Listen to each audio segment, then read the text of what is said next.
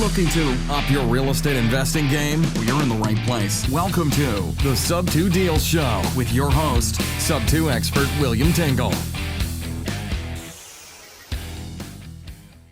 Hey, Sub2ers, my name is William Tingle of Sub2Deals.com. I would like to welcome you to this episode of the Sub2 Deals Show, where we talk about all things subject to.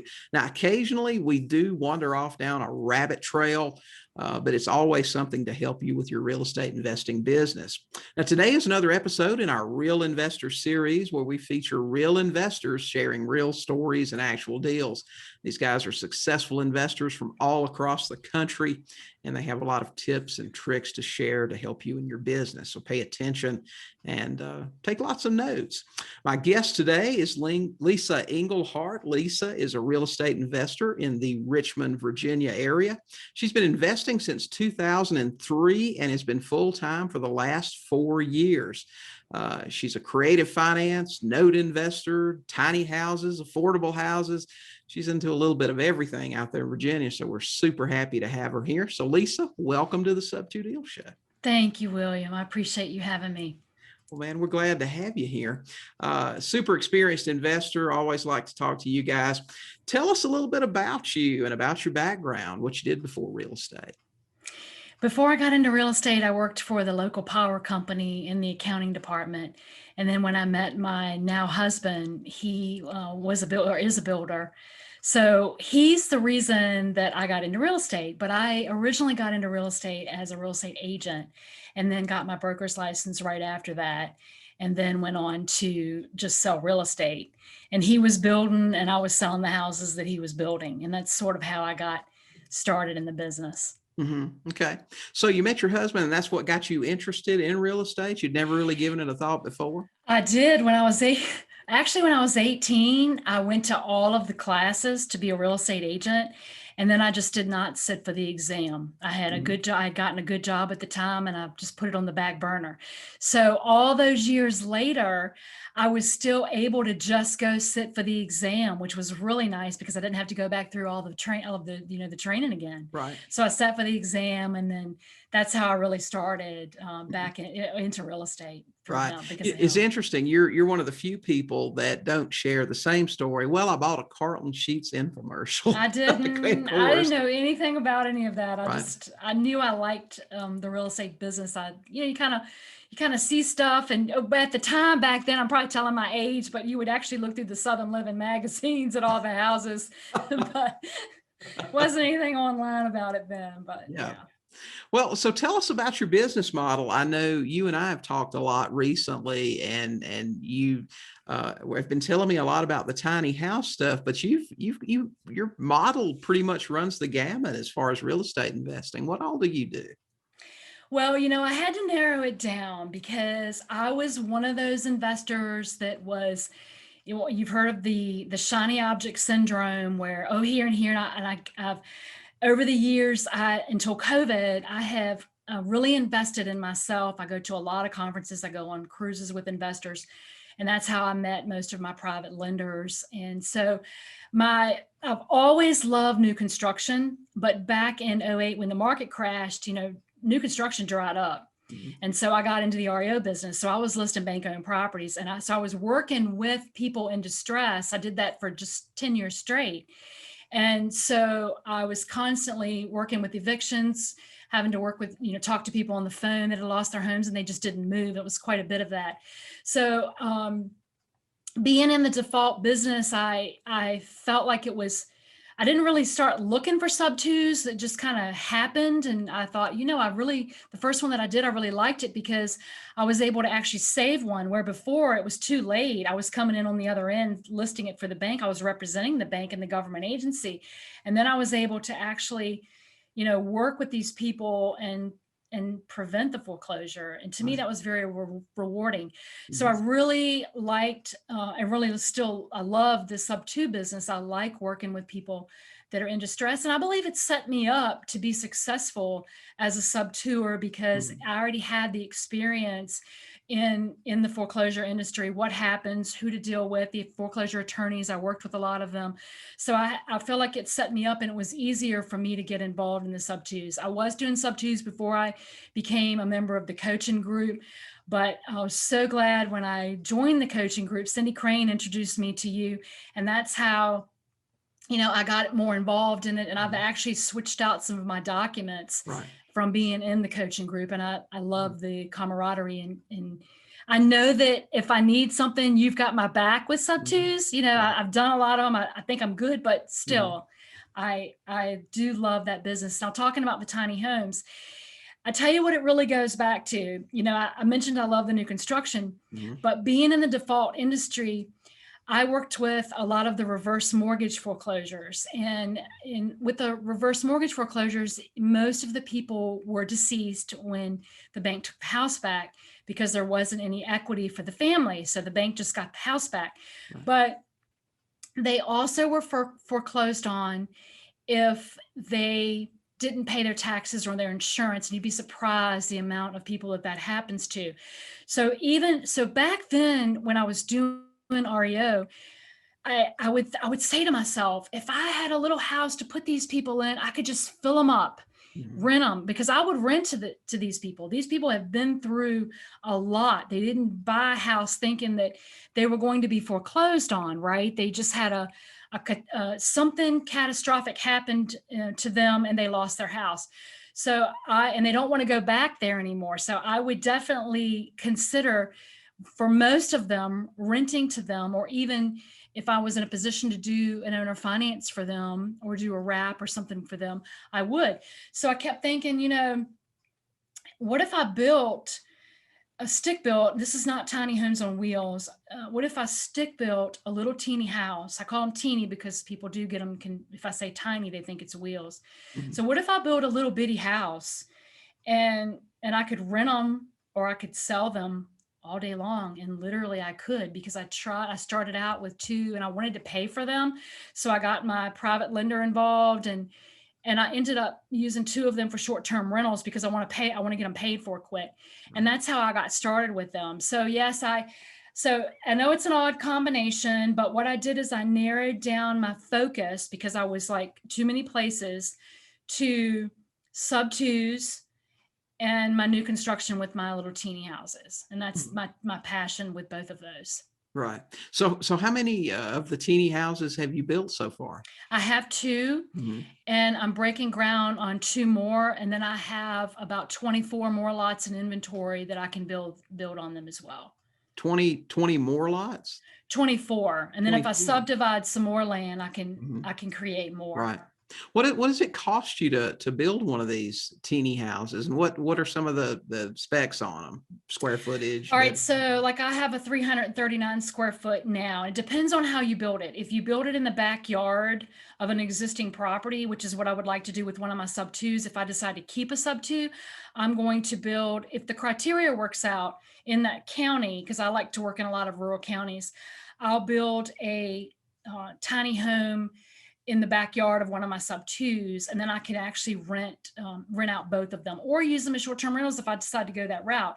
Right. So if I build one, just the cost of the teeny home, a 339 square foot, my cost, subbing everything out because my husband's a Class A contractor, so we're a general contractor. I get a better price. It would cost me about $37,000, and I put high end. I put granite, stainless steel appliances, really nice waterproof vinyl plank floor, pergo flooring in it, and all brick foundation, vinyl siding. They're literally maintenance free. So for up to 10 to 15 years, I don't have any maintenance. I power wash. I power wash every year just because I'm in the coastal area and I have to do that with these. But yeah, so you can build this house now. 37,000, is that today's price?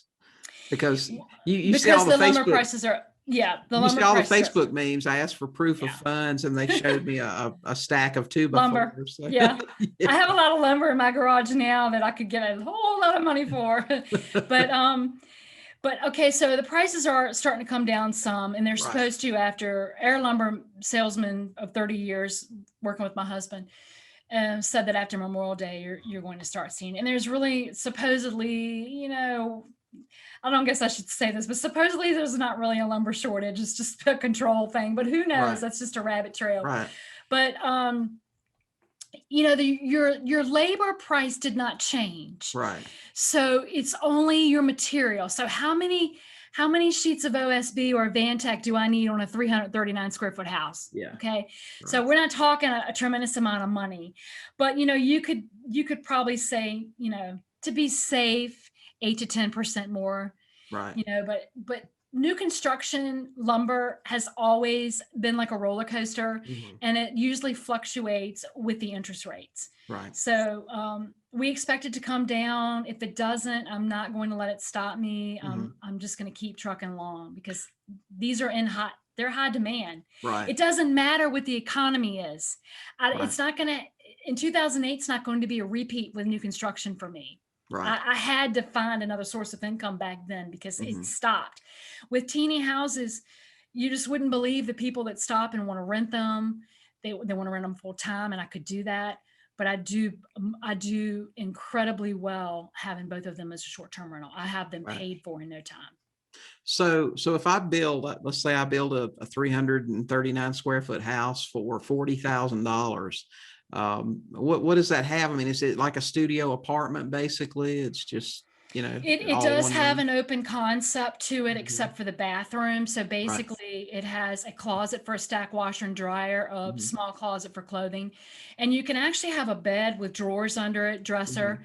And it has a kitchen, and I have a coffee bar in it. So it does have much cabinet space considering. Right. And I use full size appliances just because I like to cook, and I try to do it as though, if I had to live in it, that's what I would want. Right. And then on that size, I did go a little bit smaller with the refrigerator. I didn't put a tiny refrigerator in it, but I did go with a smaller refrigerator. Gotcha. So it is, that one I'd say is better for, 2 people would probably do okay in it, but it would be a little crowded. Right. The larger one that I have would probably be better for 2 people or even a family, because it does have 2 bedrooms in it. Right. So short-term rental, what do you get for these things in a week? It depends on how they're rented. I'm in a coastal area. So when this was bold, I had people tell me, I can't believe you did it, but it really paid off for you. Right. But I'm a risk taker. And I saw the need because I live in a coastal area. My second home is in a coastal area, and I could see the potential in this area. And there's only one motel, and not everybody wants to stay in that motel. So I said, okay, I like to buy mobile home lots and then take the mobile home out and replace it with a house. That's what my husband and I usually do, is build a 1,200, 1,400 square foot house, but we've gone smaller now. But to answer your question, I'm coastal. So I did not count. I only count 6 months out of the year for my projection. Right. And I didn't quite exceed the number of 6 months for both of them, but I made more money than I thought I would. So I felt like it was a good score for me. But the larger home is 135 a night, and the little bitty, they're both on the same lot. I built 2 houses on one lot, and the little bitty house, I call it the teeny weeny. That one is, I started out at 99 and it's up to 118, and I'll keep it at 118 again this year. So I did really well, even though it was during a COVID year. And they're not on the water. They're not, and that I'm surrounded by water. It's I live on this is a peninsula. So that's why it was such a risk to do these, but I knew I always have a backup plan, William, for everything that I do. Right. And if I don't have a backup plan, then it puts me in a really bad spot. So my backup plan was I'll rent them. And if I rented them, I would still make between $300 and $500 residual per month. Right. But short-term rentals, has been a lot more than that. So I made 34, I made $34,000 last year on my 2 little bitty tinies, not even 6 months in a coastal area, a rural area. Right. So that's what I'm doing. I'm doing the math here, and it sounds like you're averaging about $100 a night on the rentals, short-term rentals. for 6 months. And I mean, 6 months of that is what, $18,000. So if you're paying 40, you said you quoted 37. So if you're paying 40, you're getting basically your money back in 2 years on these, minus utilities or and I have it, I have expenses, but the people that stay, the guests pay the cleaning fee. So that's not out of my pocket. I have the grass cuts and I do a lot of stuff myself. I live 5 minutes away from them, and I live there half the time, during the nice warm months, and I only live an hour away. So it's easy for me to get in my vehicle and go tend to them. But the key to it is having the cleaning person, because that's how I have all 5 stars in both of them, and people rave over them. They rave over them because they're so cute. And I get people have stopped and asked me if I would build them for them. So now I'm starting to do that. So at first I turned them down and said, no, and now I'm like, okay, well, there's such a demand. So I'm on this big teeny home kick because the average sales price in the United States is $313,000. Yeah. Yeah. And what about your teachers, your hardworking Americans, your police officers, your first responders? How are they ever going to afford a house? Now, a teeny house might not be for all of them, but 1,000 square feet, 800 square feet, 1,200 square feet, I can do any of those. Well, and I can't remember the exact square footage, but before the Second World War, if I remember correctly, the average home in the United States was a 2-bedroom, and it was 800 square feet. That was the norm then. And now I believe it was the norm. Yeah. And that wasn't that long ago. Gosh, but we just expect so much now. But what, 10, 15 years ago, they started this movement toward the tiny houses. So, I mean, since you do those, and you're probably more up on it than I am. I mean, is that, I'm sure minimalism and things like that. I mean, that's still a big thing now, less is more. Less upkeep. For me, I think the tiny home on wheels concept is really cute, but I think realistically, if you look at the prices of those, and I'm not trying to knock them at all, but I looked them up because I do my homework on everything, and they're, most of the nice ones that are, 200, 250 to 300 square feet, and that's compared to my 300 square foot.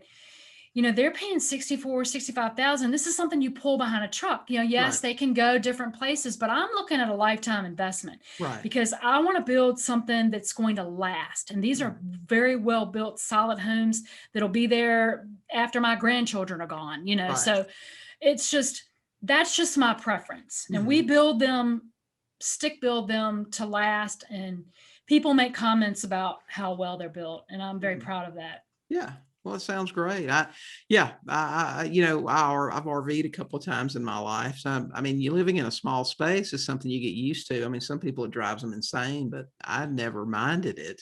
Most of your time spent outside anyway. I mean, really, when you're traveling or doing whatever. But yeah, it sounds like a great option. I can see where someone would prefer your place if they're going on vacation to the coast.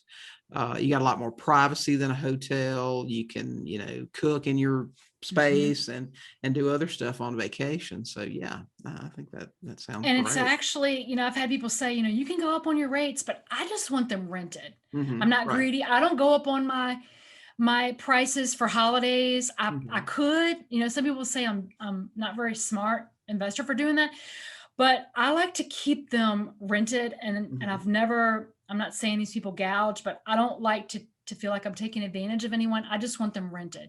Right. And so, and I have a lot of repeat guests that come back, and then I have a lot of repeat people that actually book directly through me now versus going to Airbnb and VRBO. Yeah. Right. Well, it sounds great. Hey, yeah, I'm really interested in the tiny houses. We should do a podcast sometime just on tiny houses. Oh, we can. I'm all about it. Yeah, let's do that. I can actually do it. I can be live on site too. Yeah. And you can, maybe see some of the new builds going on. So it's a lot. I'm excited about it. Yeah, it sounds great. The Sub2 Deals Show with your host, Sub2 expert William Tingle. We'll be right back. Have you ever had a seller give you a house? It's a pretty awesome experience. If a seller wanted to give you a house today, would you know what needed to be done to make the deal happen? Would you like to learn how? The Ultimate Sub2 Guidebook We'll show you exactly what you need to get those deeds and sell those houses with seller financing. Join the thousands of other investors across the country who learned how to get the deed with the Ultimate Sub2 Guidebook. Get the Ultimate Sub2 Guidebook today at sub2deals.com. Back to the show, the Sub2 Deals Show, with your host, Sub2 expert William Tingle. Do these now too, but you also do, I know you're into notes, creative finance, obviously Sub2. So right now in this market, super hot sellers market, we just talked about the average price of a home in the United States is insane. But what is generating the best leads for you right now? For me, okay, so when I was telling you I've been in the REO business, so I know who all of the foreclosures attorneys are in my area. Right. And I go to their websites because most of the deals that I get Sub2, the majority of the Sub2 deals that I get are from really super motivated people, as long as I can track them down, and it's pretty much public information. It's on, they may not be in the newspaper yet, but I check the foreclosure attorneys' websites every day because they change every day. They post the sales and the times. And as long as and I drive to them, I get in my car and I drive to them because to me, if I can get in front of them, it's so much more, it's just better for me than a letter, because most of the time the letters don't even get opened. Well, not even that. And this is what I try to tell students all the time.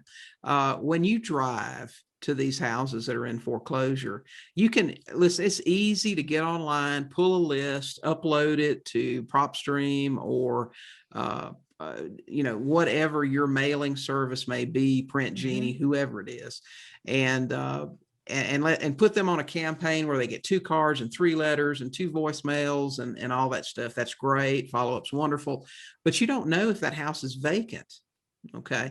And when you find out, you get a new listing, it's going to auction in 6 weeks. You drive out there with your door drop or whatever, your leave behind or whatever you're doing, and you get there and the house is vacant. Man, that is gold. Those people have emotionally disconnected from that house. They're gone. All you got to do now is skip trace, find them, and try to get in front of them.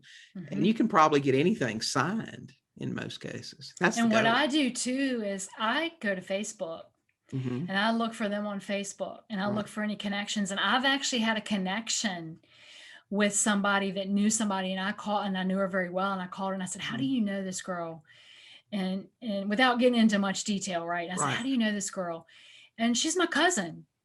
And I bought the house, and the girl had gotten texts. And she did not, I will tell you, you know what she told me? Because I got to know her really well, this girl that I bought the Sub2 from. She said, I got this random text on my telephone, and it made me feel very uncomfortable. And I just wasn't interested. I didn't respond because I didn't know who they were. So, and I tried the texting service. I've tried a lot of stuff. So I mainly do, and I always look at the foreclosure attorney sites. And I always, I still send letters. I still send the handwritten letters. I just think that's best for me. Yeah. You got to try.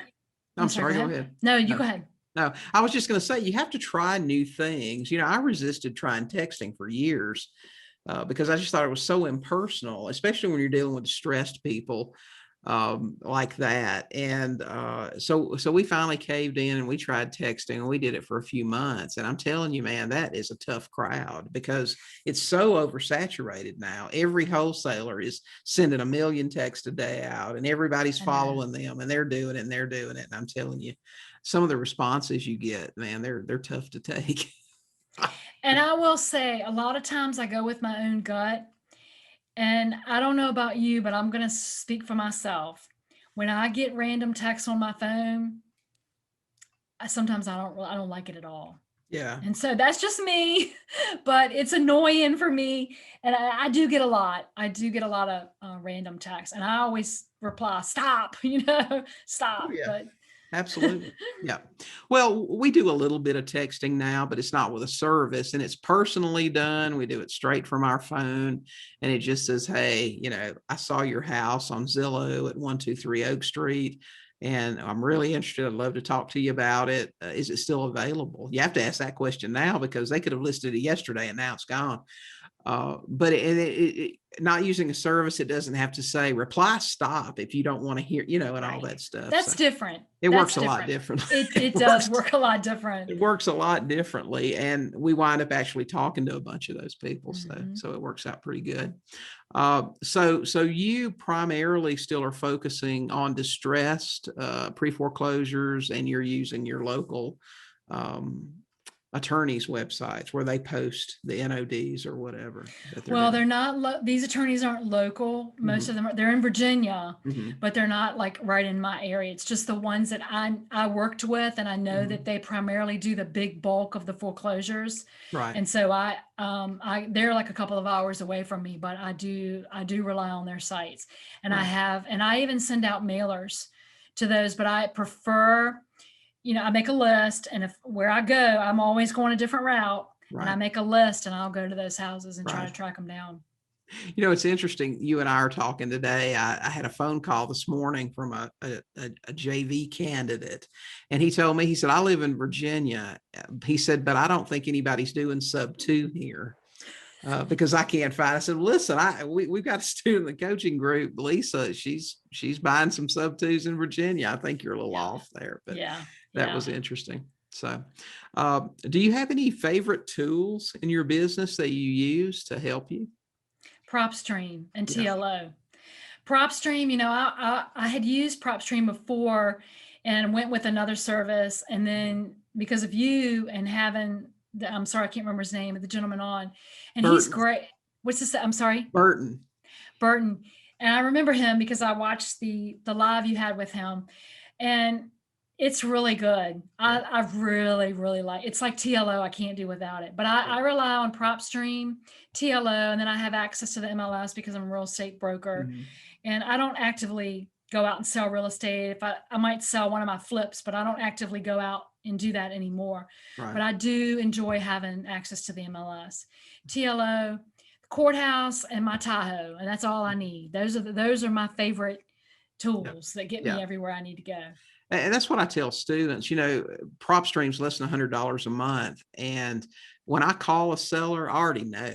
I mean, I ask questions to talk, but I know what they owe, what their payment is, how long they've owned the house. I've seen pictures of it's just a lot of information. So, when they tell you that they only owe 50 and you already know they owe 150, you know what I mean? That's important information. And it helps you know ahead of time, how to structure any potential offer that you want to make or anything like that. That's right. And I found out something interesting yesterday too that I wasn't aware of. You might have been. You can use Propstream to search for that you can search by an equity position, but you can also search for underwater stuff that have negative equity. And that's usually the list I pull. Yeah. It's, I just found that out. See, I learn something new every day too. So that's great. I love negative equity. Oh yeah. As long as the numbers work. Yeah. It's, it might not be negative tomorrow the way the market is, but it's negative today anyway, for sure. Well, it might not be negative today, but it might be negative tomorrow. That's exactly right too. The music's going to stop playing sometime for sure. It is for sure. When you pull a list and you get a prospect on the phone and you're looking for a sub-2 deal, what is your criteria in a deal? What are you looking for? I mostly look for cash flow each month. Obviously, okay, so let me just stop and say this. Before I met you, I was buying sub-2s, flipping them, and then putting a sign in the yard. I didn't sell them like on a contract for deed. And the reason why is because I just wasn't educated on it. And Cindy Crane and I did our first one together. We partnered up and did one together in Mississippi. And that was the first one I had done. And that's when we met you. So I had done one with her, but we kind of winged it with my Virginia paperwork. We gave our Virginia paperwork that we used here to our Mississippi attorney because he had not done them. So we kind of trained the attorney to do it. And he did the paperwork for us. And we did that first one. But cash flow, I have since then, since I've been in the coaching group, I do sell them on a contract for deed. Mm-hmm. So I do like the down payment and a nice down payment and the cash flow each month. Now I prefer, anywhere from 300 or more per month, Mm-hmm. but I have one now that's 250 a month, and I'm okay with that because I'm not Yep. greedy. I got a nice down payment, and on Right. the back end when they refinance, it's like another 22,000, Right. depending on when they refinance. Mm-hmm. And Right. I don't push them. I don't push them to do that. Right. Yeah. We try to get our people out in 36 months. That's why we put them in credit repair and that sort of thing. But, if they want to stay and pay, that's okay too. But Mhm. the difference when you sell for with a contract for deed and when you're renting or whatever else, when you sell a house on contract for deed, cash flow is cash flow. There's not a management, you don't have to factor any of that stuff in. So, where a rental with a $200 a month cash flow might really equate to nothing after management and expenses. They own that house, they own it. So that's true right. cash flow to you. So you Right. certainly can take less. So can you give us an example of an interesting deal that you're working on right now? Well, I have an interesting deal with a seller who I don't think I haven't quite been able to get the details on her, what she owes. I've got to actually go to the courthouse to get it or send someone to the courthouse to get it. But there's a really cute brick rancher, a little older than I would normally get, Mm-hmm. that I would normally look for. But yeah, I'm a big driving for dollars person. So I still find deals from my car, from just driving down the road, taking different routes. And that's how I spotted this one. It just, every time I drove by it every week, there's nobody there. And now the grass is tall. So I have been able to make contact with her because she doesn't live there. And so I'm working with her. I did speak with her on the phone. She's going to get back with me, but that one's probably not as interesting. The one that I just closed on and finalized was really interesting. If you want me to tell you about that one. Sure. All right. So I had a veteran who was in a divorce situation, and the divorces are probably, to me, some of the best deals out here because it was in foreclosure. And this particular property was in foreclosure when COVID hit. Mm-hmm. And it already had the sale date. And I had already been working with him, but I didn't think I was going to be able to get it worked out because this is the deal. Through the divorce, this veteran had this house by himself. The female that he married was not on the deed, but through the divorce, he had his VA loan. Through the divorce, she was going to stay in the house. So he quick claims the deed over to her, and the loan is still in his name because the intention was that she was going to take the home and she was going to refinance it and get him, and his loan would be paid off. So what she did is she didn't stay in the home. She left it and abandoned it and left his loan, wasn't paying on his loan. So it was kind of like she sub2'd it, right? Mm-hmm. As a Right. divorce situation. Mm-hmm.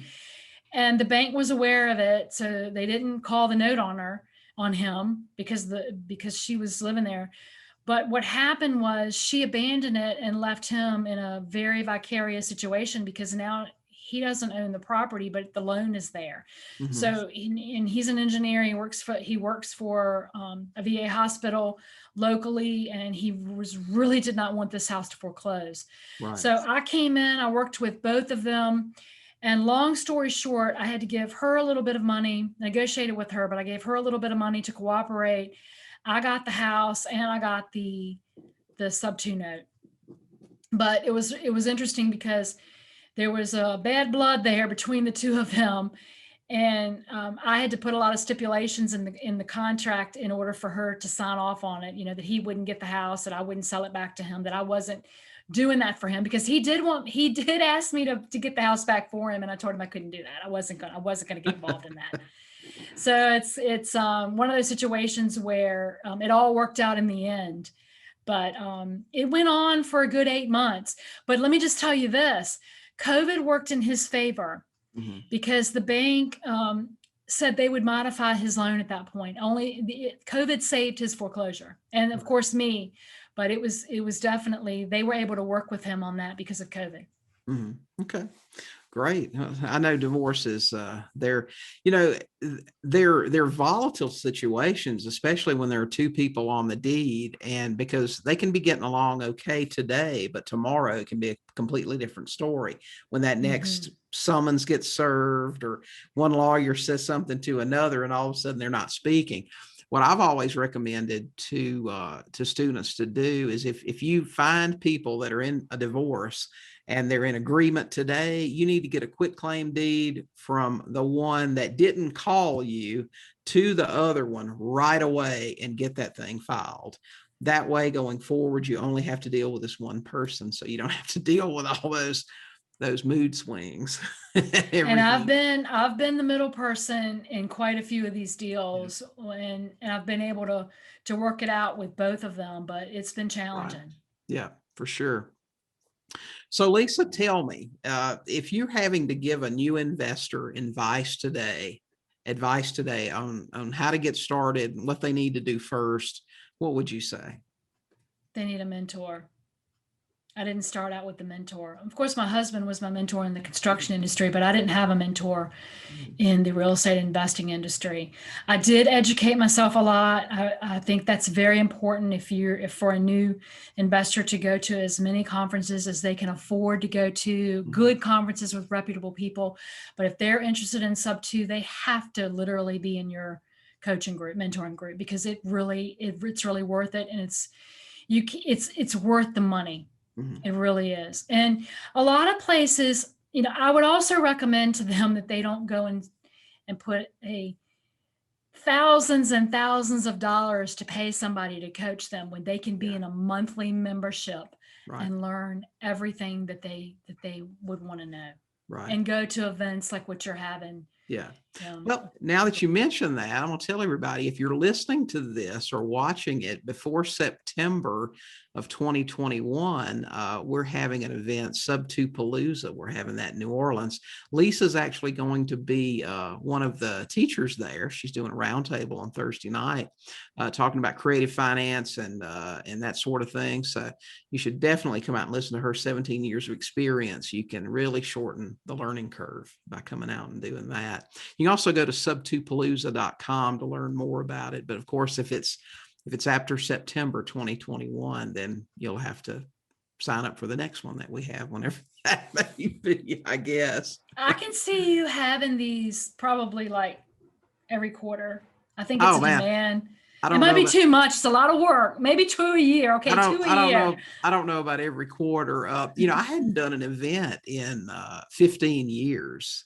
The last event that I did was when I lived in Macon, and I think it was in 2007 when I did this event. And I had forgotten how much work it is to try to, it's like herding cats, trying to get the hotel and the AV people and the event people that you're doing stuff with and everything together on dates and times and stuff. But yeah, we're going to have a blast down there for sure. Jody added 2021 to the logo last week. And I said, I'm assuming that means it's going to be at least annually. So yes. I think we're going to have a grand time down there. Well, Lisa, thanks so much for being here with us today and telling us about tiny homes and what you guys do with that and some of your creative finance deals. Thank you, William. It's always a pleasure talking with you and being on. We really appreciate you. So we'll have to have you back to talk specifically about the tiny homes sometime soon. We can do it. All right. Thanks. Well, Sub2ers, that is it for this episode of the Sub2 Deals Show podcast. You can find the show notes for this episode along with a complete transcript at sub2podcast.com. We'd also love it if you give us 5-star rating and review on Apple Podcast. It only takes a minute. Just do a search for the Sub2 Deals Show. And finally, if you haven't yet, you can join our free Facebook Subject To group at sub2forum.com. So until next time, keep learning, keep talking to sellers, and you will buy some houses. Thanks so much for listening to this episode of the Sub2 Deals Show with William Tingle. If you enjoyed today's episode, please leave a review and subscribe. And for more great content and to stay up to date, visit sub2deals.com and on Facebook at Sub2 Deals. We'll catch you next time.